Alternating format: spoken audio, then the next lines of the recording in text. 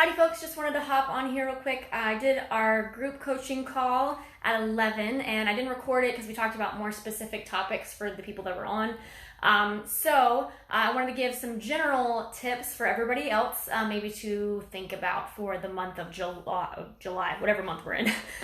So my thought for today was, last month we talked about this idea of trying to implement healthier foods into your diet and healthier habits to essentially push out the bad stuff. So like one example I used was like if you eat more protein, a lot of times eating more protein, more whey protein, it actually helps to take up space in your diet so that you generally don't want like more sweets or whatever.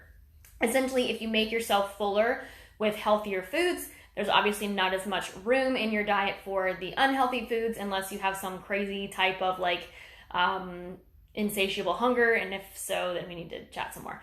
But anyhow, so my thought for this month is, we spend a lot of time talking about nutrition in terms of weight loss. And that's primarily because a lot of you, that's your goal, which is fine. But there's also a lot of other needs for nutrition, a lot of other ideas, and a lot of other uses for how we structure our nutrition. So maybe one to think about this month is, how are you using your nutrition to fuel your body?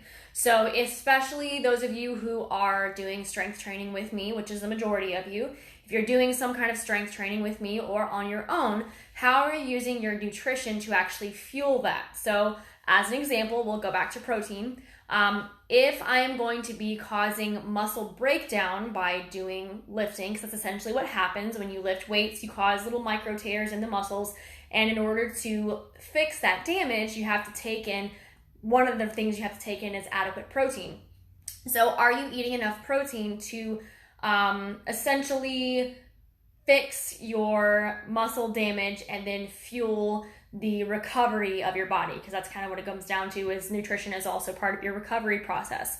The other idea is let's talk about carbohydrates for a second. So if you're going to be doing a strenuous workout, or you're going to have a really long day that's kind of stressful, or you're going to be doing a lot of intense activity because you're working outside or whatever, you want to eat to fuel that type of activity. If I was going to go and run a marathon, I typically wouldn't eat a super overloaded 3-meat pizza, because it's going to be higher in fat and it's going to lay heavier on my stomach.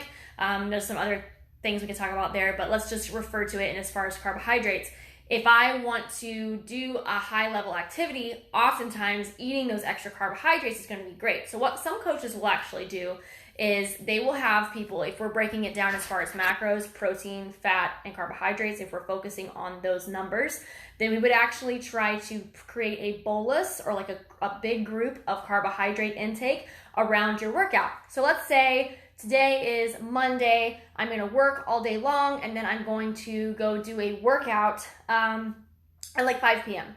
So maybe we eat our breakfast, and we would have a pretty even ratio of our protein, our meat source, our carbohydrates, our fats, just eating normal there. Maybe eating a normal lunch, and then maybe for our snack or for our pre-workout, we're eating something that's higher in carbohydrates. So maybe we're actually eating a low-fat ice cream, or maybe we're eating some cookies or something, and we're eating that before we work out, because those extra carbs are actually going to fuel the workout.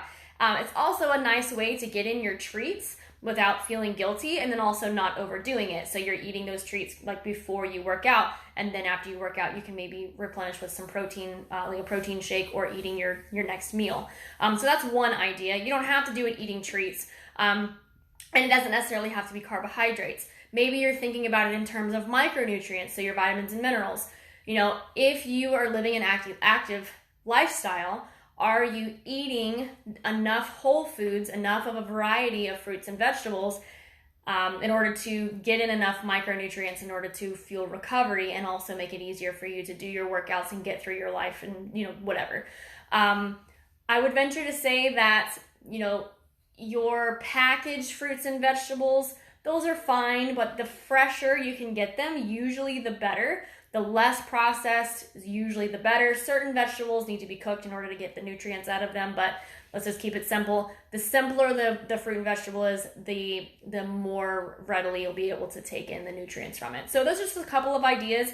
Maybe thinking about your carbohydrate intake. That's going to be your sugars, whether it's simple sugars or it's more complex, like your brown rice, sweet potatoes, things like that. Your protein is going to be for those of you who are very active, and everybody really too. And then also your micronutrients from your fruits and veggies. Maybe just have those things on your mind as you're making your food plans for this month, or for the week or for the day, and see if you can make some healthier choices based on what kind of activity you're doing. If you guys have any questions about that, just post them below.